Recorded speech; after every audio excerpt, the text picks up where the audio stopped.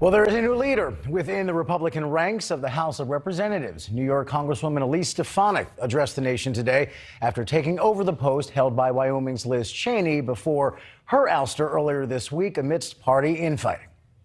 I look to the voters across America. Republican voters are unified in their support and their desire to work with President Trump.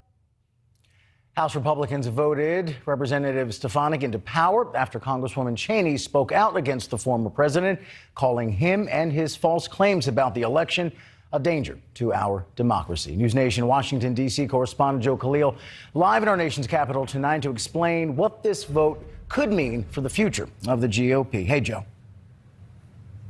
Hey, Robbie, and this was the expected outcome today, that Elise Stefanik was going to be elevated to replace Congresswoman Liz Cheney. That's certainly what happened. Today, as Republicans left that meeting, most of them said they felt good about where the party is right now, that the party seems to be more united than it was before this episode. But still, there are a lot of voices within the party that say that this whole thing does raise some concerns about the grasp that former President Trump still has on the party and may continue going forward.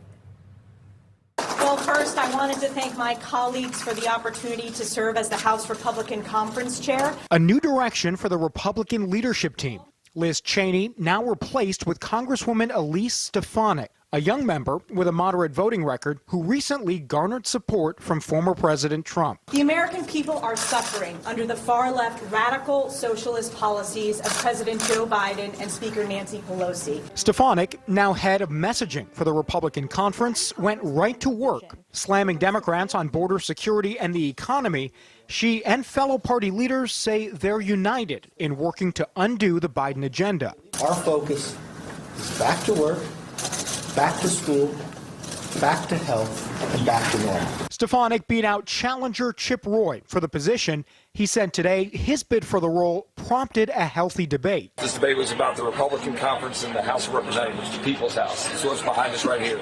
We're here trying to do our job to carry forward a message to the American people. Roy's voting record is significantly more conservative than Stefanik's. Roy scored a 98 compared to an 84 for Stefanik from the conservative think tank, the Heritage Foundation. Pursuant to the Constitution and the laws of the United States. Stefanik did, however, vote to contest the Electoral College results on January 6th. The more conservative Roy did not. Former President Trump released a statement saying that Roy, quote, has not done a great job and will probably be successfully primaried. Sometimes in politics, you've got to build new coalitions, and it's a scary time when you do that. Former Republican turned 2016 independent presidential candidate Evan McMullin says the party's ousting of Liz Cheney from leadership signals a major shift in the GOP. McMullin fears loyalty to the former president takes precedent over conservative principles. Those of us who are committed to truth, to founding principles, to the American Republic,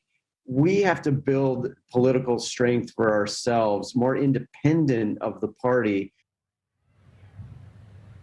We mentioned a lot of Republicans today felt like they are now in a good place. The vote was overwhelming, but 134 to 46 to elevate Stefanik in that role. We know that Liz Cheney, though, was not in that room when that vote happened. Ruta Bay and Rob.